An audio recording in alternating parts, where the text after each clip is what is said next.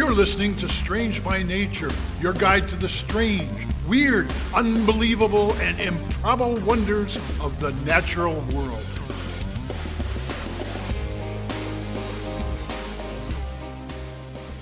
Hello, everyone. Thanks for being here today. I am Kirk Mona, and I am joined today by Rachel Ginza and Victoria Thompson. We are all professional naturalists who together have scoured the world for weird and wonderful wonders just to please your mammalian brain's desire for novelty. Isn't that nice? Let's do this. Welcome back, everyone. Hello. I get to start us off this week. Yeah, you do. And you know, sometimes your topic just comes to you and smacks you in the face, which is what happened with this particular topic this week. I was searching.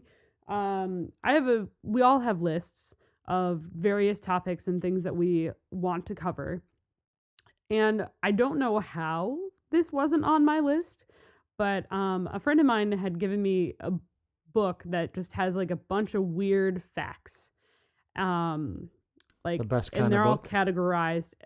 I believe the version that I was reading, because there's a series of 3. I think this one was Why Do Fish Fart? Do they? Huh. All right. One does, but I'm not talking about that one. Okay. But I was just flipping through it, and this one fact just Jumped out. It blew my brain. Yeah. So I want to talk about sea stars today. I love all sea right. stars. Yeah, great. Very nice. Yeah. They're also known as starfish. I'm just going to cover the overall sea stars / starfish.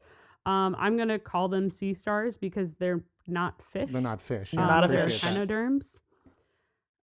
They are not a fish. They're in the same family as sea urchin, sea cucumbers, and sand dollars, actually. Mhm.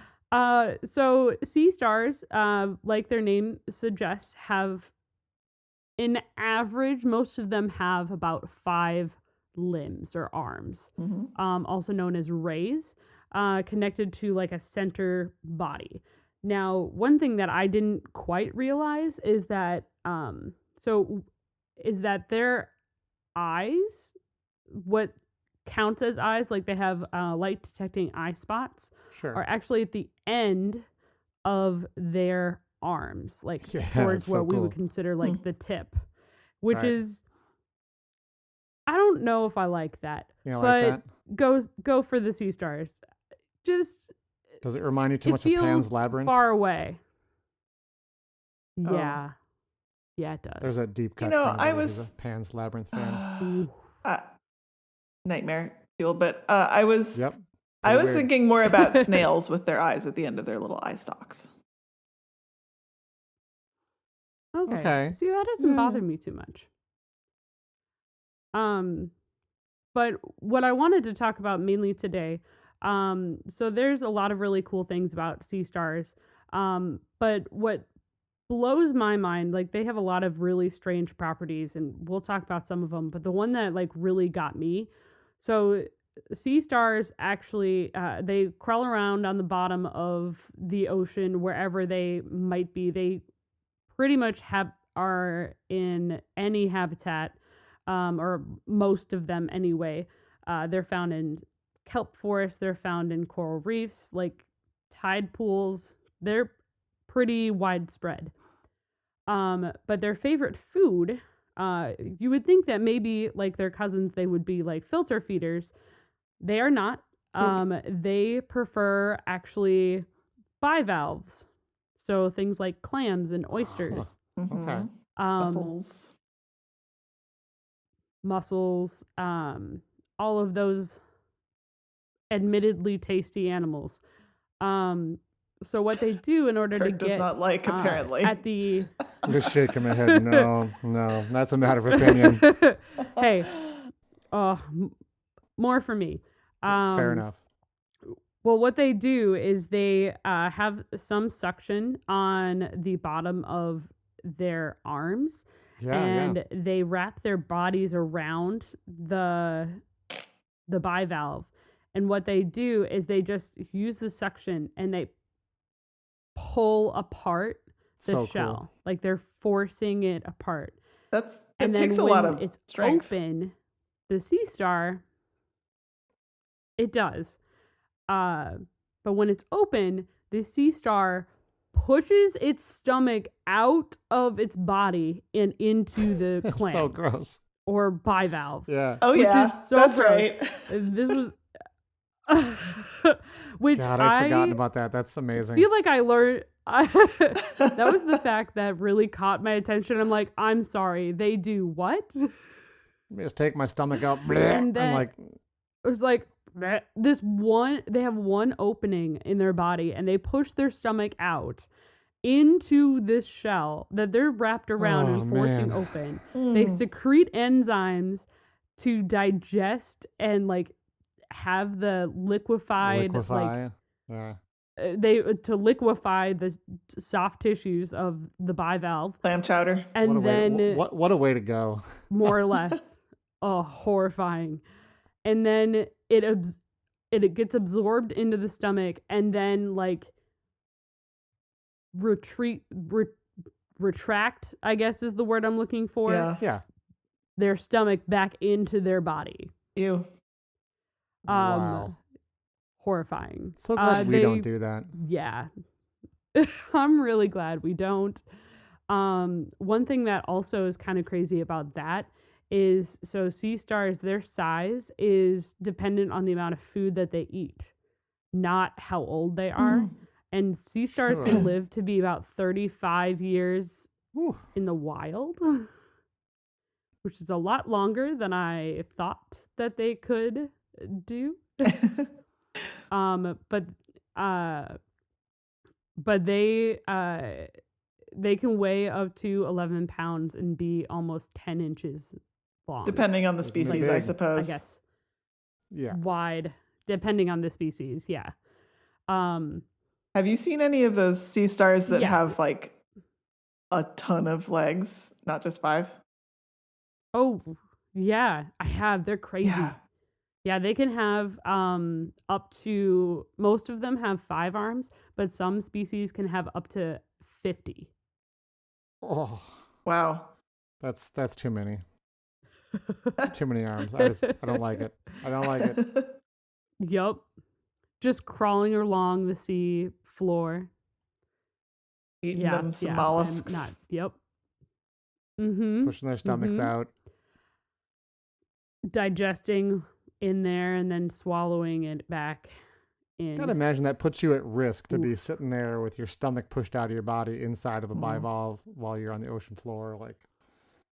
Because it's not a quick process to digest something outside your body. Maybe they find a nice crevice to hide in or something. Must have to, yeah. I think that's a very valid thing. That's part of the reason, like, the echinoderm means spiny creature. So a lot of sea stars actually on what we consider to be their outside, where their eyes are and such, that is covered in like little spines. They're not like, kinda it's hard. a really tough, Kind of bumpy, hard, bumpy texture that offers a type of armor for them, so that way they can actually, protect themselves. But they probably do just go into little spaces. I can talk about this forever, but I just really wanted to talk about sea stars' feeding habits. They have a lot of other strange things about them. Like there are how they reproduce. Is also kind of crazy. Like they can sexually reproduce, but they can also asexually reproduce. If they lose a limb, they can grow it back again. Like there's a lot of cool things that you can talk about with sea stars. But that was really the fact I wanted to talk about today. Yum. They're just kind of crazy. So we're gonna take a break, and when we return, it'll be we're gonna take a break, and it'll be Victoria. But in that break is actually going to be a really fun commercial for another podcast. Cool. Thanks. Welcome to the Last Comic Shop Podcast, a comic book podcast that actually talks about comics. Yep, each week we open the shop up and read and discuss a comic. Sometimes we pair that up with comic book movies or TV shows. Or not, lots of times it's just comic books and sound effects. Oh yes, definitely lots of sound effects. So tune in on all the major podcasting platforms to the Last Comic Shop Podcast, or check out our library of evergreen shows at www.lastcomicshoppodcast.com.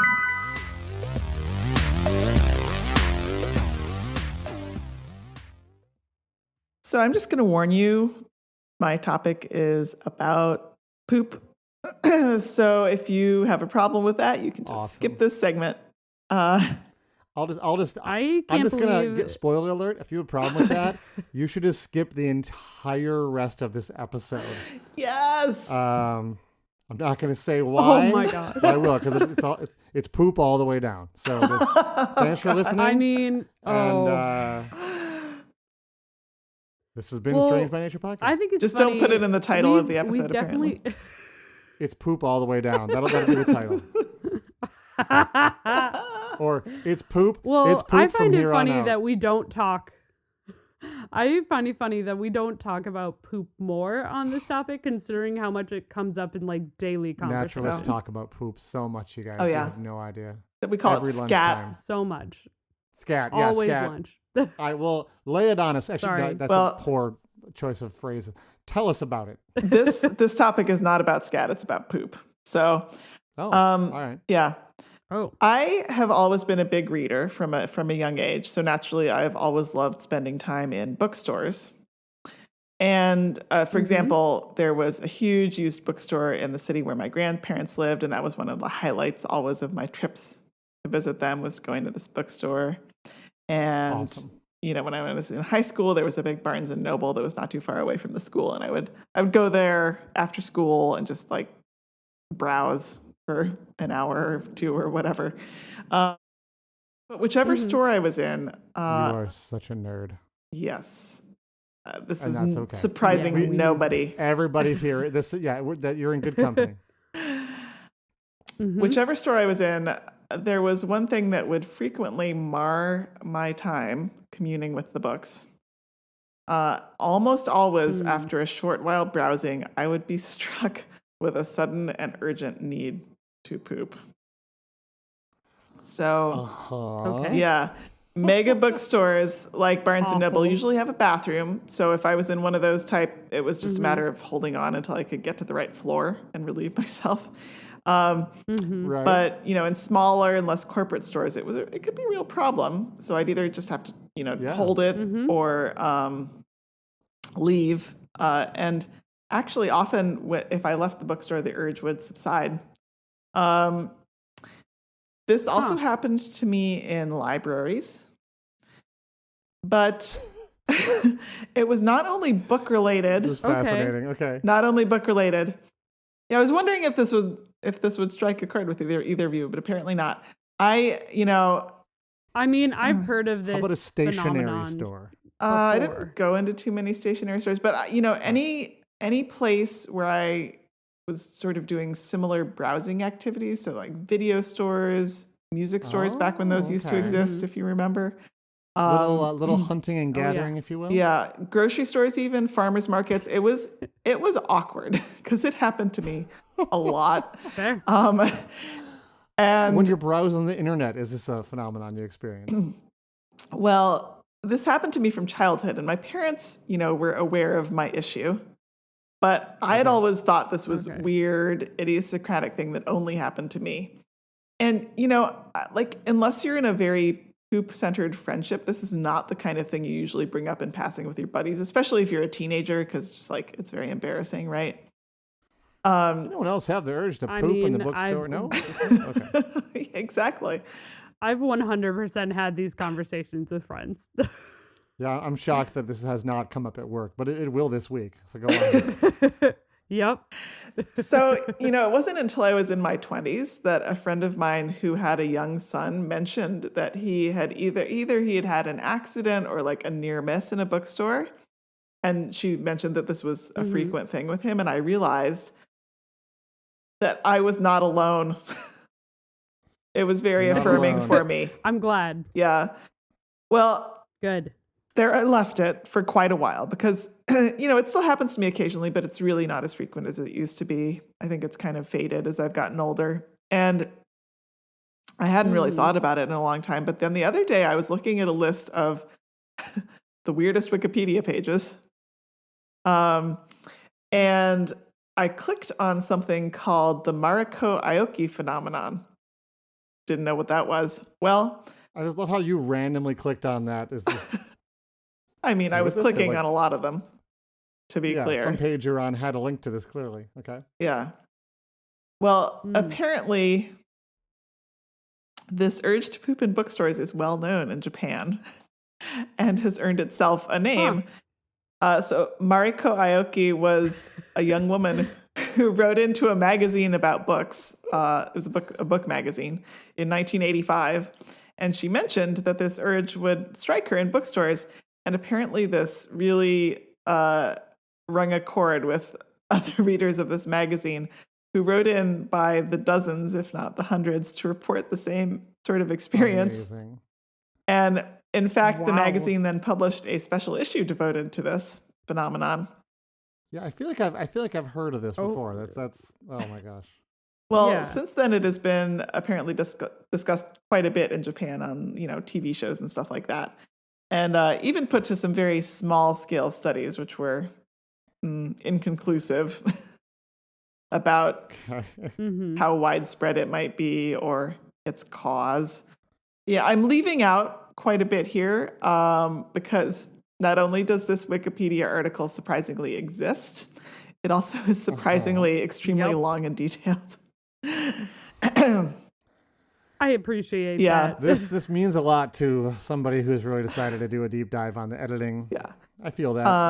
I am having to trust Wikipedia a lot on this one because pretty much all of the sources cited at the end are in Japanese, which is not a language I can read. Right.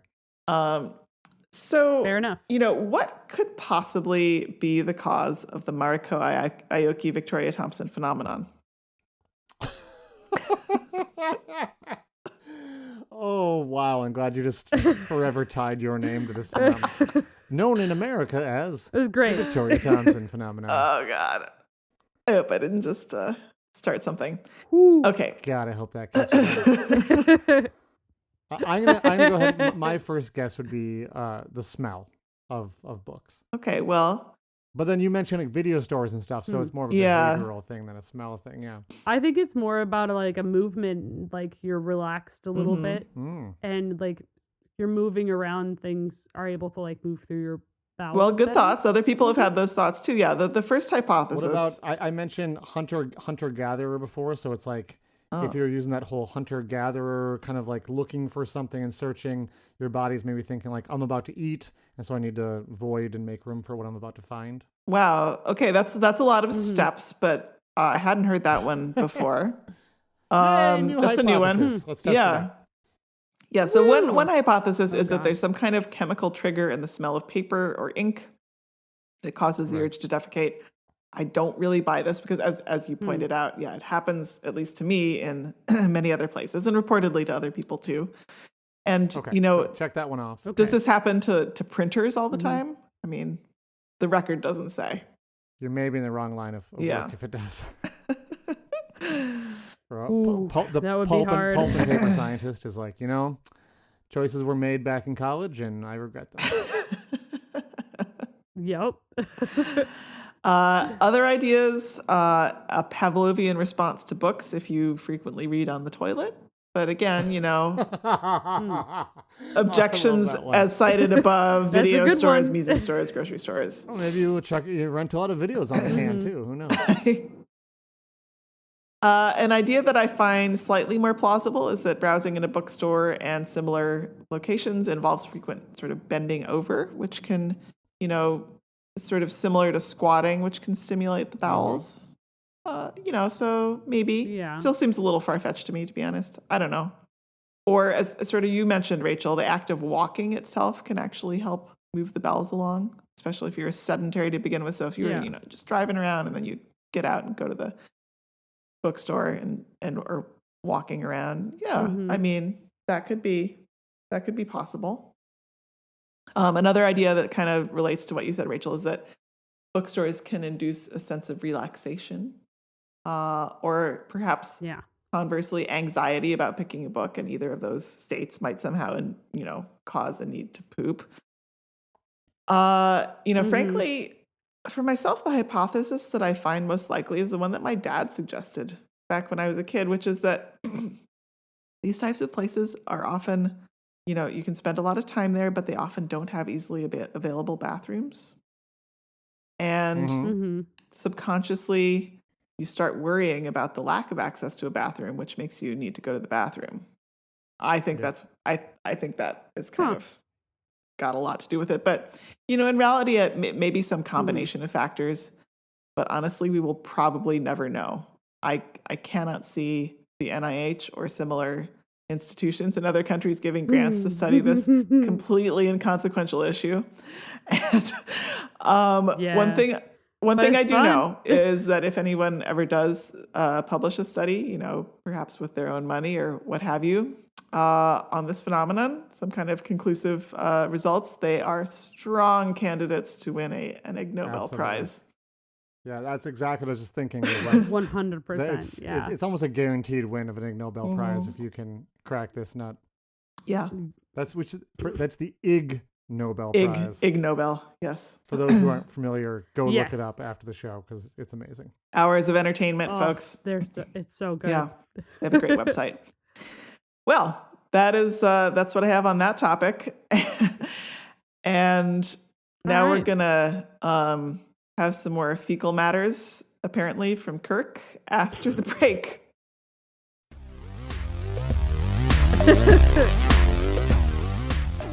So on this break, I just wanted to mention something. I'm holding something up that, only Rachel and Victoria can see. I've got a big pack here of our Strange by Nature water bottle stickers. They're pretty awesome. This is my last pack. Oh, yeah. Last pack before I need to reorder more. So if you want to get your water bottle sticker, you don't have yours yet, you want to proclaim that you are a strange person by nature and a listener of the show, I'll be sure to head over to patreon.com/strange by nature and join the Society of Strange to get your Strange by Nature sticker for your water bottle or car or wherever, because we're going to have to reorder soon because these things have been going fast. They are really nice stickers. Woo!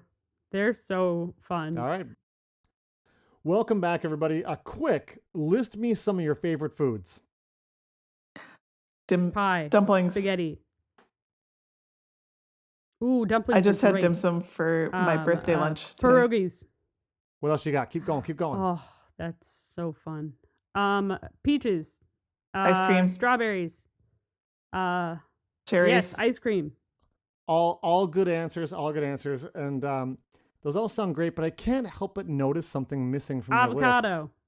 None of you mentioned feces. You're right. No. We did not.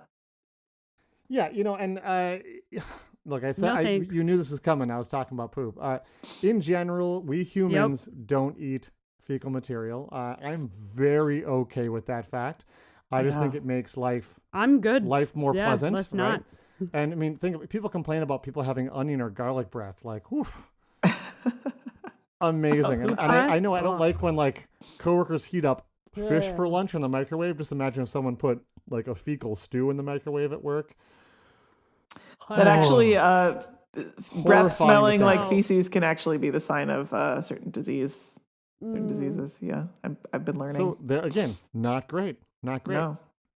Speaking of diseases, there are many diseases that are spread by feces, and we have a natural revulsion to even the smell of feces because feces are a huge source of pathogens that can spread diseases. So our natural revulsion is kind of a built-in safeguard to our health, which I think is kind of cool.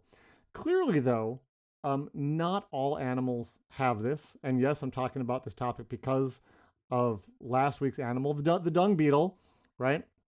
Obviously, they don't have any kind of revulsion to feces, but it isn't just the dung beetle. There's actually lots of animals that use feces as a food source. There's even a word for it, corporophagy. Dogs. Which again sounds fancy, but yeah, dogs. But it's literally just it just means dogs, it means poop cats. eating. That's all poop eating. It's corpophagy. It's a fancy way of saying poop eating without sounding like you're talking about poop eating. So you mentioned dogs, Victoria. Yes, dogs, especially my lovely little girl, Ada. She loves to eat poop. Yep. And that, again, she's a dog.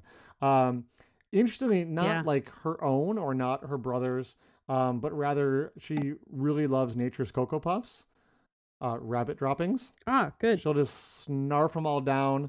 I thought maybe it was because when she was a puppy, she was actually abandoned before we adopted her.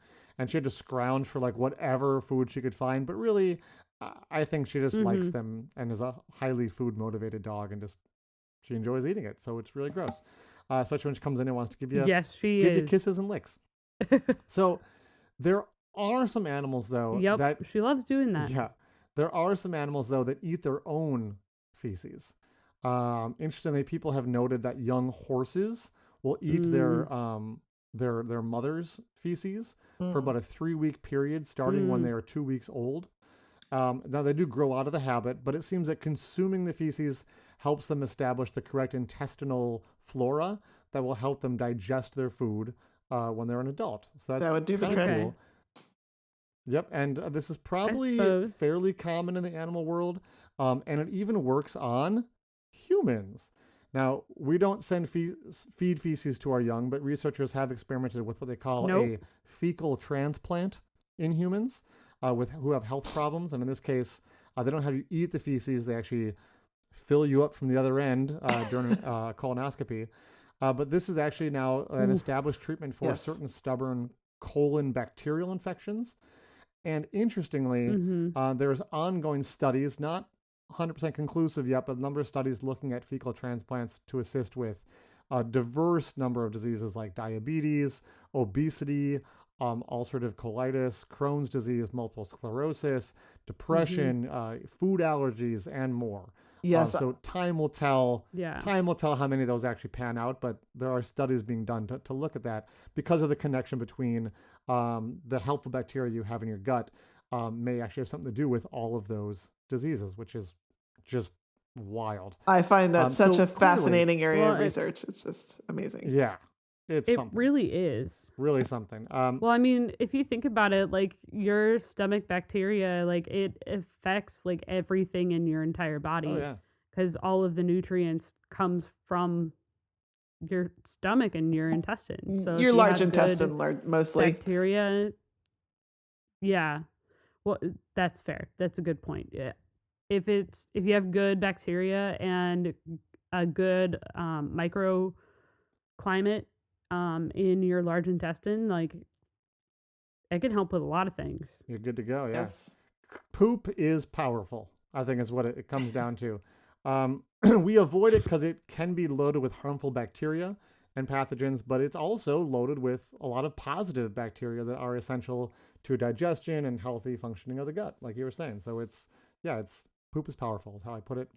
Now, clearly this was inspired by last week's topic, like I said, but when I was doing some sort of digging on that topic, I stumbled upon an article while I was gathering facts, and it was really something. So I just really I have to share it this week.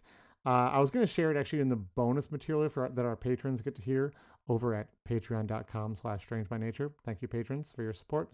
But I figured, you know what? I'm going to do a little bit deeper dive on it and talk about poop a lot and feature this little tidbit at the end of this week's topic. So here's the question that some researchers wanted to answer. Who's got the tastiest poop in the animal kingdom? According to whom? Well, again, this seems like Ig Nobel Prize territory here. Someone really did this. It may seem like a strange question, but look, we're all strange people here, so let's go for it.